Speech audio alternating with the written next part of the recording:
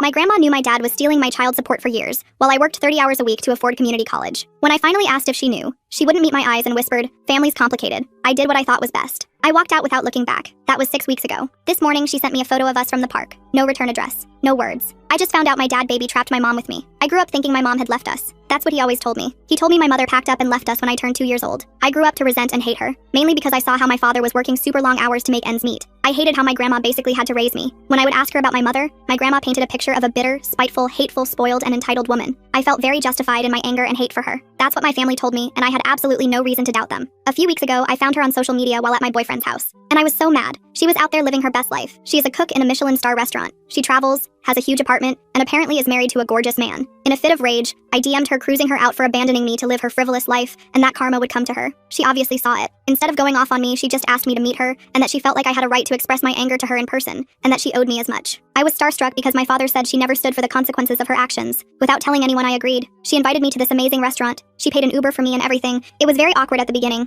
I kept berating her. I was so angry. I cried a little. She just sat there and took it all in. I then asked her why she abandoned me. She then asked, "Do you really want to know the whole story? It is not nice and you will not like it. I am ready to be the bad guy in your head forever and keep my distance." I just kept pressing her. And then she told me the real story. She told me that my father and she met shortly before ending uni. At that time, my mother had said she did not want to stay in Unitown. A few months after dating, my father told her that his landlord was evicting him because the apartment was needed for immediate family use. She offered him to stay while he found something else. Months passed and he was not doing anything. Then she got a job offer in another country. She told my father that he could take over her apartment or come with her. They had this huge fight where my mother told him that she was not ready for the type of commitment he wanted. She wanted different things in life than him, and that as much as she loved him. That they weren't compatible. They stayed living together, and then one day she found out she was pregnant. She told me honestly that she was thinking of not having me. She did not feel ready to be a mom at 22. She did not feel maternal feelings. She said she was already struggling with depression and late-diagnosed ADHD. My father convinced her to have me. He said he would take me because he had a right to me. That he would go after her because that baby was also his. So she had me. She said that the time after birth was really bad. My father was dragging out the legal procedures. He refused to vacate the home. My mother said that while she felt love for me, and that there were moments when she felt overjoyed, it was overshadowed by huge waves of self-deletion ideation. She was scared that she was going to hurt me. She also showed me some of the court documents of that time that backed up her claims. In the end, she was so desperate that she agreed to stay with my father if he agreed to be the main caretaker. He did, but only half tried. My mother then told me that it got so bad that she tried to take her life around my second birthday,